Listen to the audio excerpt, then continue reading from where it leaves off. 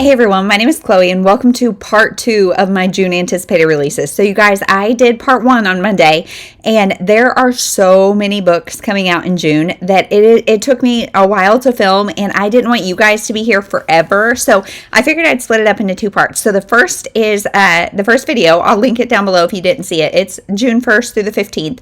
And now I'll do, I think June 17th is the first day through the end of the month. So let's just get into it. So June 17th, there's an independently published book called The Wife at the Window by Cara Reinard. And this is about a woman who had a great life. She had a husband, a son, a baby daughter.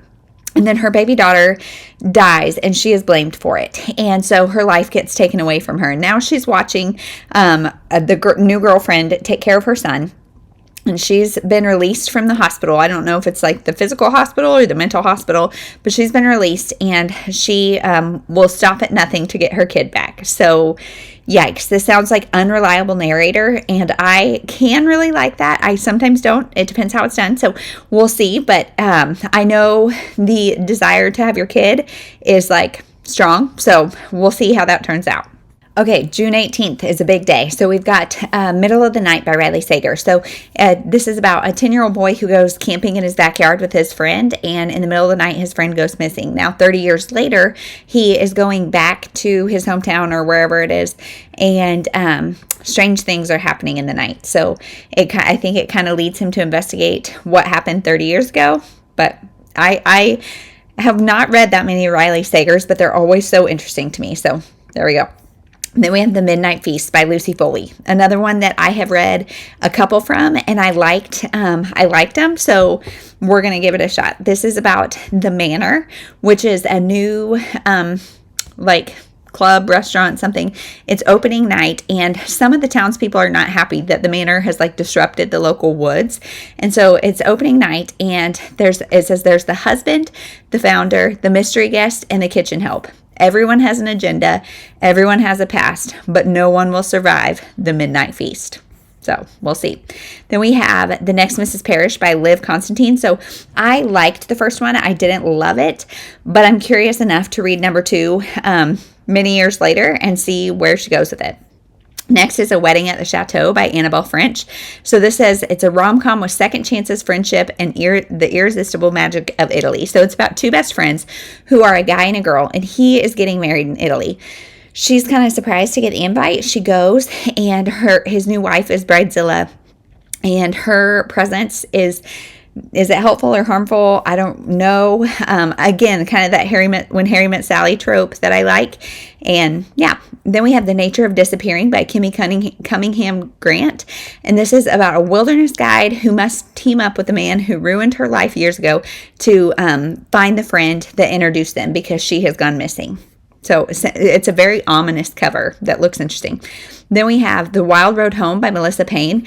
This is a fascinating topic. So this is about a man whose wife is dying from Alzheimer's, and he decides to fake his own death to get the insurance payout so she will be taken care of. And so he goes off to live in the Montana wilderness or something in a cabin by himself because he's faked his death. And so he's doing that. Then there's this girl who has escaped from juvie and is trying to rescue her little brother from a not good home situation. So the 2 paths cross, and I'm sure they'll end up kind of rescuing each other in different ways, but I don't know. Then we have If We Ever Get There by Laura Barrow. So this is about a woman whose 19-year-old marriage ends. She's a stay-at-home mom, and she gets a makeover, and she sees an image of Patsy Cline telling her she needs to set things right. And so she's assuming it's some sort of message from her late grandmother who loved Patsy Cline. And so I am assuming this has some sort of magical realism element, but I don't know. It could also just be women moving on. Love those stories. Then we have The Calculation of You and Me by Serena Kaylor. This is a calculus nerd insists her surly classmates help to win back her ex-boyfriend. But when sparks start to fly, she realizes there's no algorithm for falling in love. So YA about 2 unlikely people falling in love. Then we have All Roads Lead to Rome by Sabrina Fedel.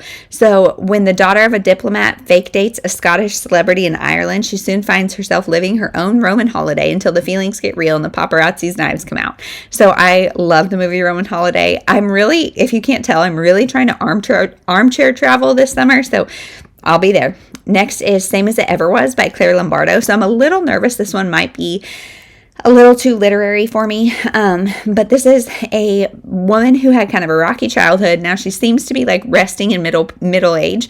However, she gets a surprise from her like straight-laced son, a threatened separation from her like spiky-haired teenage daughter, and a bunch of stuff from her past starts coming up. And so her peaceful time of life is getting rocked. And it says the book digs into the nature of relationships, how they grow, how they change, and how they sometimes end. So like I said, I have never read anything by this author, so I don't know if she's super literary, but sounds like that exploration of women's relationships and something that could be really relatable. Next is 15 Summers Later by Ray and Thayne. So this is about two sisters who something happened 15 years ago that tore them apart. I don't know if they were involved in something or what, but one of them, her husband finds out about it, and he feels so betrayed that he leaves. And so she goes back to wherever this sister is, and they try to make amends. And sister dynamics, I have a sister who is 9 years older than me, so we've always kind of been at different stages of life, which has been really interesting for the sibling dynamics. And then I have 3 girls who are all very close in age, and so watching different sister dynamics is fascinating to me. Then we have All Our Tomorrows by Bybee. This is about 2 siblings who their father dies and they inherit his super successful business. And then they find out that they have a half sibling that they never knew about. So the father's assistant does not want to stay involved because, she doesn't want to work for the kids and all that kind of stuff. But she decides to stay on and help them find this half sibling. So I don't know how that's going to work out. Next is something that sounds so cute. Lula Dean's Little Library of Banned Books by Kirsten Miller. So this is about a woman named Lula Dean who is constantly trying to get books banned at the library. So she starts her own little free library of books that she thinks are acceptable. Well, she has this arch nemesis who is more a proponent of free speech and all that. And her arch nemesis's daughter starts putting books in the little free library that are banned books, but she puts the dust cover of like acceptable books in there, and everybody in the town starts taking them and reading them, and I'm assuming the secret comes out, but there's a whole bunch of town drama, and I don't know, I just think, I'm assuming these characters are older, but I don't know. Then we have One Star Romance by Laura Hankin. So this is about a struggling writer. A struggling writer is forced to walk down the aisle at her best friend's wedding with the man who gave her book a very public 1-star rating. So I can only imagine writing a book and have somebody trash it. Like, that's why I really try to be like, even the worst books are like 2.5 stars. But even that, oh gosh, it would be hard. I don't think I have the heart to be any sort of writer or put my works out there like that.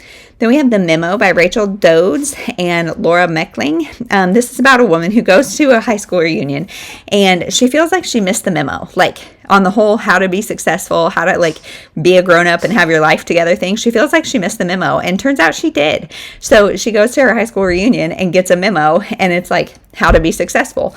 And so she gets a chance to go back and redo her adult life. And so will she not? What will she do differently? I don't know. Then we have Sandwich by Catherine Newman. So this is about a woman who she is looking forward to her annual summer on Cape Cod. However, now she's in the stage of life where she is sandwiched between her quickly aging parents and her like teenage kids, and she's going through menopause, and she just kind of can't let some secrets in anymore. And so I can sort of relate to that stage. I mean, my parents aren't super aging yet, and my kids are obviously still young, but kind of being that middle generation is an interesting place to be. And so I don't know if she kind of like if she's forced to confront things from her past or if she just chooses to, but I think it sounds interesting. Then we have The Last Exchange by Charles Martin. So this is about a man who finishes his last tour in the Scottish Special Forces, and he becomes a bodyguard for an actress in LA. Now, this actress has a public persona with this perfect husband, perfect life, all the things. But in private, she has a lot of trauma. She abuses pills, and things are hard. And so I think he does his stint being her bodyguard and then continues to follow her and kind of step in when things are needed. So sounds like a sweet book, because I know this is like Charles Martin has a Christian fiction spin kind of usually on his. So I imagine it's going to be hopeful. Okay, June 19th, and this one gives me Behind Closed Doors vibe. So this is Just the Nicest Family by Alice and James, I believe. And this is about a family who is vacationing in their French villa, having the time of their lives. Their best friends are there too. And then her husband reveals why they're actually there, and she has to keep it secret. So she has to pretend that they're just the nicest family, but something is going on below the surface. Okay, next we have another big day, which is June 25th. So we have Finding Mr. Right by Kelly Armstrong. So this is about a woman who is a writer, and she's writing under a male pseudonym, and it's her relationship with the guy who she has hired to be her in public. And that just sounds so interesting. I've never heard that premise before.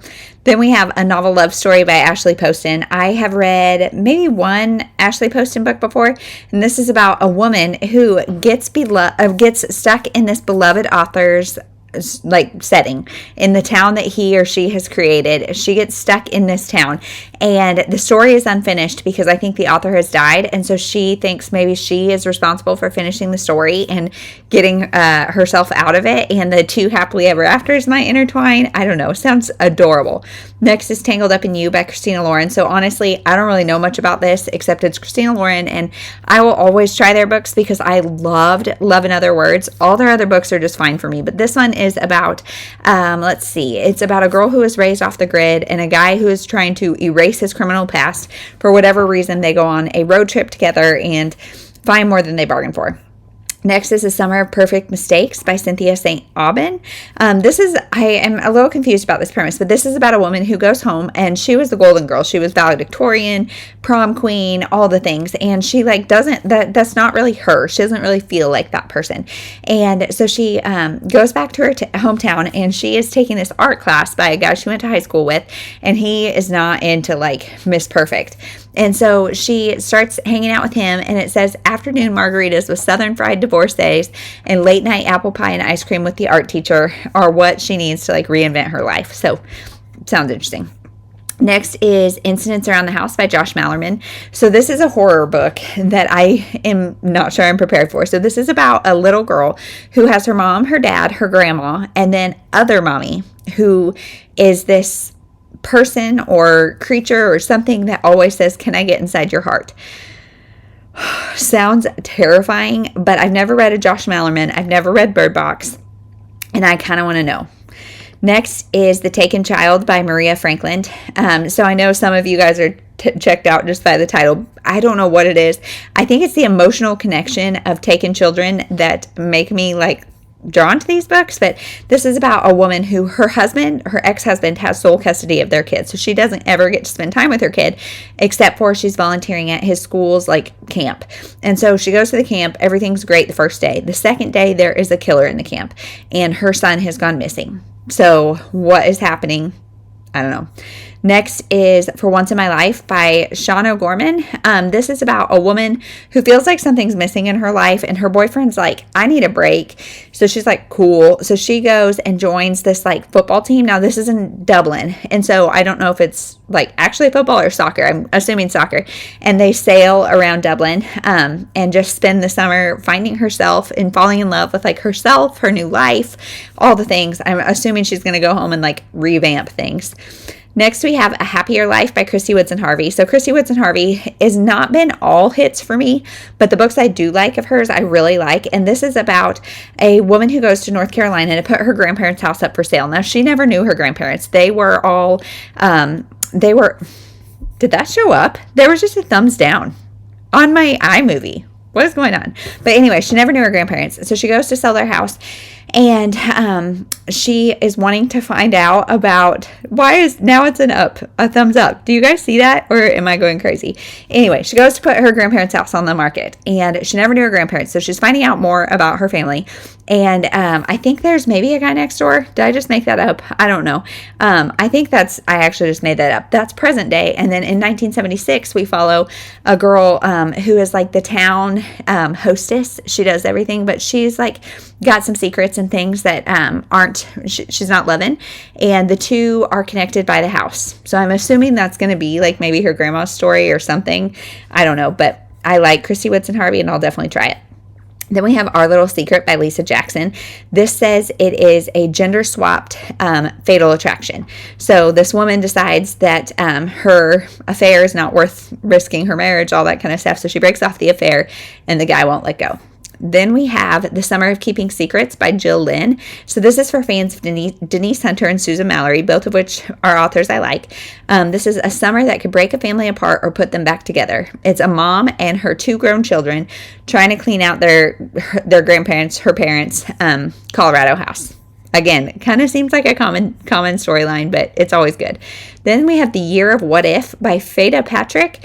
This is about a woman who is about to get married for the second time, and her family supposedly has this curse where they're just going to be unlucky in love. And so her family is like, hey, you got to go to this tarot card reader before you get married again to make sure this guy's the one. And she's like, so she does. And the tarot card reader is like, or maybe not, I don't know if it's a tarot card or what it is, but some sort of fortune teller. And she's like, no, it's not this guy. It's a guy that you met backpacking 21 years ago. And so she has to go retrace her steps. I guess she backpacked through Europe 21 years ago, and she's going to retrace her step to every guy that she met along the way. Next, we have Known to the Victim by K.L. Armstrong. So this is interesting. This is about a woman who, her mother was killed by her boyfriend. And then many years later, 10 years later, something like that, she has started a true crime podcast about women who had crimes committed to them against women who have had partners that have committed crimes against them, okay? So she's all about that, all about trying to give women, empowerment and stuff that she couldn't give herself and her mother. And now her brother is accused of something horrible. So it leads me to wonder, was her brother involved in the mother's murder? Don't know. Then we have Husbands and Lovers by Beatrice Williams. So this has almost no description on Goodreads, but Beatrice Williams writes really interesting historical fiction, and this is about it's about two women separated by decades and continents, connected by a family heirloom, and I know it takes place in Egypt, which is somewhere I don't read about that often, so I'm intrigued. Then we have Under Your Spell by Laura Wood. This is about the daughter of an aging rock star who does not ever want to be with a celebrity, and then she gets this job working for like the hottest thing in the world, musician, for 6 weeks, and I think it's like a kind of resistant to love situation. Then we have Rules for Second Chances by Maggie North. So this is about a woman who's married to an adventure guide, and she really just kind of finds herself being like a character in her own life. She's not really confident. She's not doing the things she wants to do. She's just kind of being like taking care of everybody else, doing all the things for everybody else. So she decides to take an improv class to kind of give herself some confidence, and she's terrible at it. But the person who can kind of help her and coach her through it is her husband. And so it says, can true love happen twice with the same person? And so I love this idea. It's her and her husband falling back in love with each other, and her falling in love with herself along the way. I love it. June 27th, we have The Mother by Valeria. I don't know. I'll put the picture up here. But this is about a woman who's in a struggling marriage, and she wants out, and the guy's like, hey, let's try having a baby and see if that fixes things. Bad idea. Bad idea. So the baby comes, and she's more resentful than ever. And it's like she loves the kid, maybe, question mark. And then the baby goes missing. Her world comes crashing down. And I don't know. Like, is this mom involved? I don't know. I hope this doesn't do anything like harmful to postpartum mothers, but sounds interesting for sure. Then Somebody I Used to Love by Eve Ainsworth. So this is about a guy who is in a car wreck and wakes up and has no memory of the past 3 years, and all he wants is his childhood sweetheart there with him. And I think a lot has changed. I don't know if they're I mean, I'm assuming they're not still together, but he doesn't remember the past 3 years, and she is what he wants. And so, I don't know, sounds sweet. Then we have The Caregiver by N.L. Hankins. This is about a woman she's a stay-at-home mom. Her husband travels all the time. She has twin kids, little kids, and an aging mother who has Alzheimer's, and I think the mother lives with her. And so she hires a caregiver for her mother, and there's a lot of red flags. Things start turning sinister. Yikes. On June 28th, we have The Surprise Party, and this is by, Julia Crouch, and this is about a woman who, it's her birthday or something, and her husband are going back to a Greek island that they've been to before to kind of try to reinvigorate their marriage and celebrate her birthday. So they get there, and while on this trip, she plans to spill some beans about some stuff. I don't know what, but she plans to confess some stuff, and then her entire family shows up, her grown-up kids, everybody, and they yell surprise, and they're there for a surprise party. And she's like, uh-oh, it was supposed to be just the two of us, and these are all the people I was trying to escape. I don't know what she did, but I want to know. So that is everything that's coming out in June. I have never had to do a two-parter before, but I didn't want this to be like 45 minutes or an hour long. So I hope you guys enjoy the two-parter. Let me know if there's anything that you're interested in, anything that I missed that you think I would like. Because like I said, I shockingly did leave some stuff out. There are so many coming out in June. I can't even believe it.